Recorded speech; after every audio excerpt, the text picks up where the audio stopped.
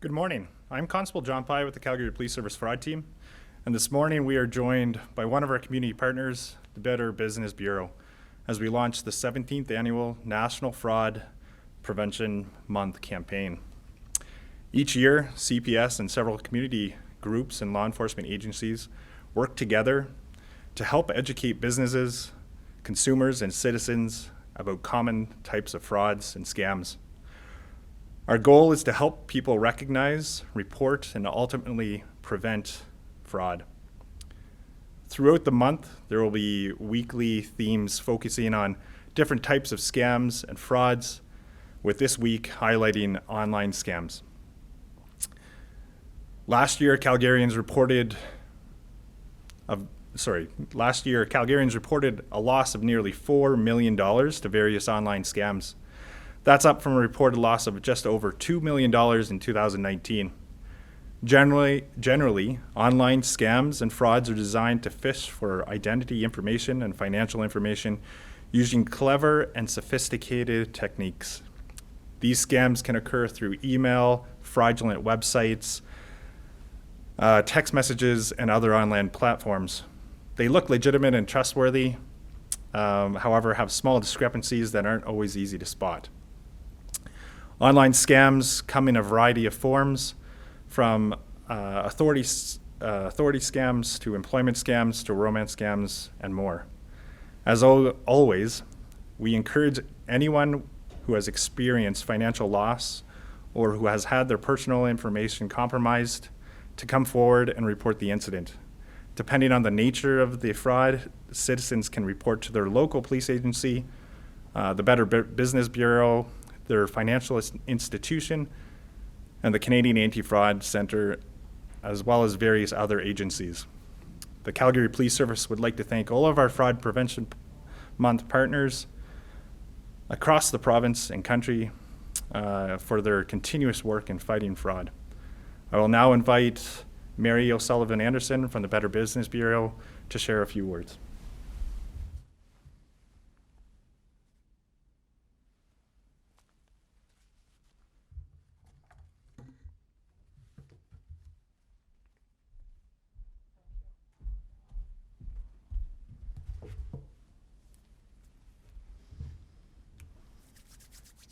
Good morning, everyone. I'm Mary O'Sullivan Anderson, President and CEO of Better Business Bureau, serving Southern Alberta and East Kootenay.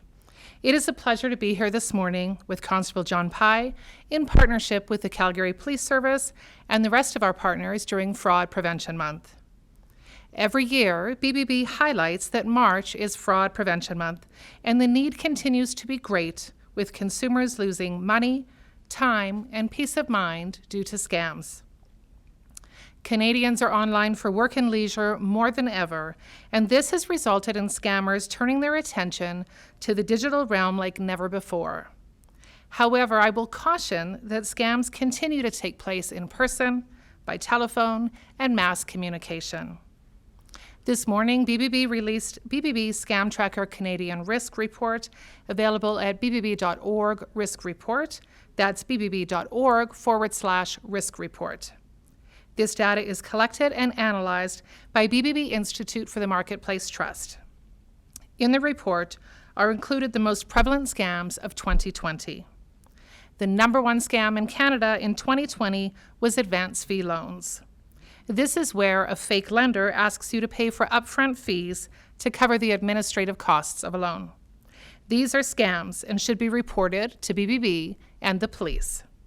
Next are fraudulent scam offers of goods and services made by online scam artists such as puppy scams. This is followed by home improvement scams, cryptocurrency, and employment scams.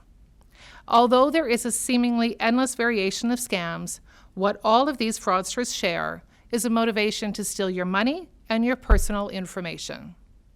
The Better Business Bureau urges consumers to avoid scams by becoming knowledgeable about fraudulent practices. One of the best places to learn about the most recent scams and common scams is bbb.org, where you will find Scam Tracker. Scam Tracker is an easy-to-navigate online tool that relies on nearly 1.4 million consumers reporting scams and suspected scams. We know that consumers take scams seriously, and we want to help others from being victimized. That's why they use Scam Tracker. We also know that people are lonely and are stressed, and they become more susceptible to scams. This highlights why we need to maintain close contact with those that we loved through telephone, visiting when it's safe to do so, and virtually. Stay in close contact with seniors and those in your life, those that you care about. To avoid scams, be skeptical. Learn to ask about scams. Ask questions and rely on trusted sources of information. If something sounds too good to be true, it likely is. As of this morning, there is an information sheet titled 10 Tips for Avoiding a Scam, published by BBB, available online at bbb.org, avoid scams. That's bbb.org/avoid scams. Again, I'd like to thank all of the media present for attending this press conference today, the Calgary Police Service for all that they do to prevent scams from happening in our community, and to all of our partners, including or involved in this month's Fraud Prevention Month. By sharing information, by speaking about these scams, we become more informed about all scams, and we are all here to protect the community, and most importantly, all of our vulnerable citizens from these reprehensible and illegal scams. Thank you. Thank you, Mary. So we'll now open up the Q&A portion. So any members of the media present, if you can please use the chat function and just type the word question, and I can call on you to ask your question and any follow-up questions that you may have.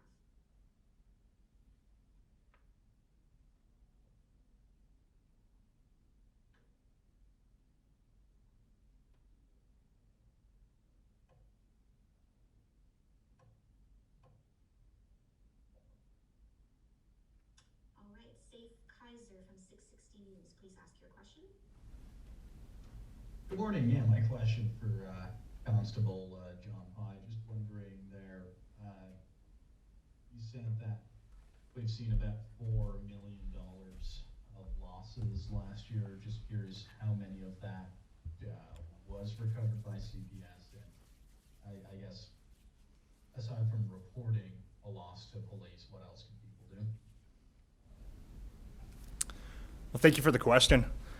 Speaking about the actual funds, I don't have the specific amounts that were recovered. However, holding people to account is why we suggest and encourage that victims report the incidents to the police, not only to potentially recover funds, but also to hold these offenders accountable for their actions. In relation to suggestions to victims and to just to the general public, we always recommend continually monitoring your credit in order to ascertain if there's any indiscrepancies on your reports.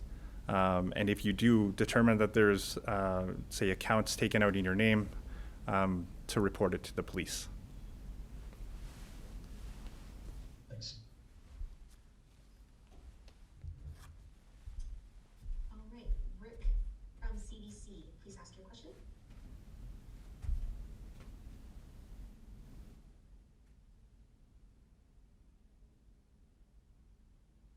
My apologies. This is for Constable Pye, but Mary can offer in as well. You mentioned briefly in your comments about the impact of COVID on the amount of frauds that were being reported. How has COVID and people being restricted to many of their homes impacted the way fraudsters are going about their scams?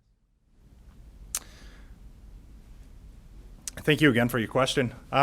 Generally speaking, I would suggest that as citizens find themselves at home based on the ongoing pandemic, offenders are targeting this situation, specifically the using online platforms in order to perpetuate their frauds.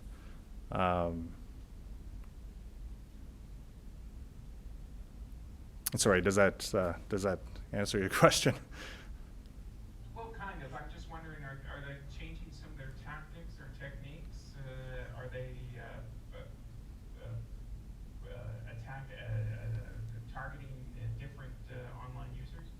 Right. Sorry. So, anecdotally speaking, I've noticed an increase in online frauds since a year ago today, specifically targeting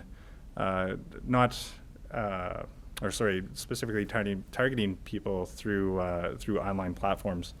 I would say the opportunity for offenders to use online platforms has obviously increased.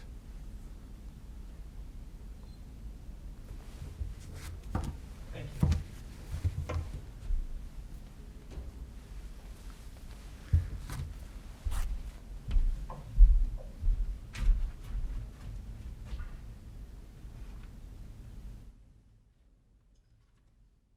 Did anybody else have any other questions besides 660 and CBC?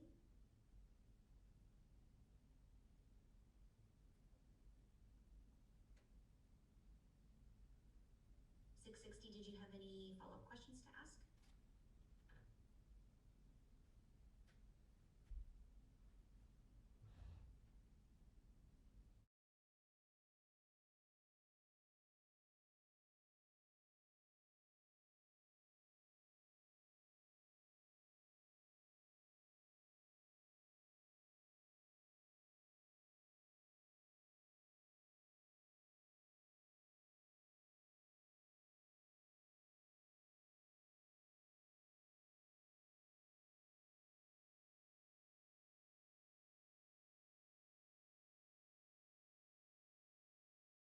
Just reporting it to police. Is there anything else someone can do?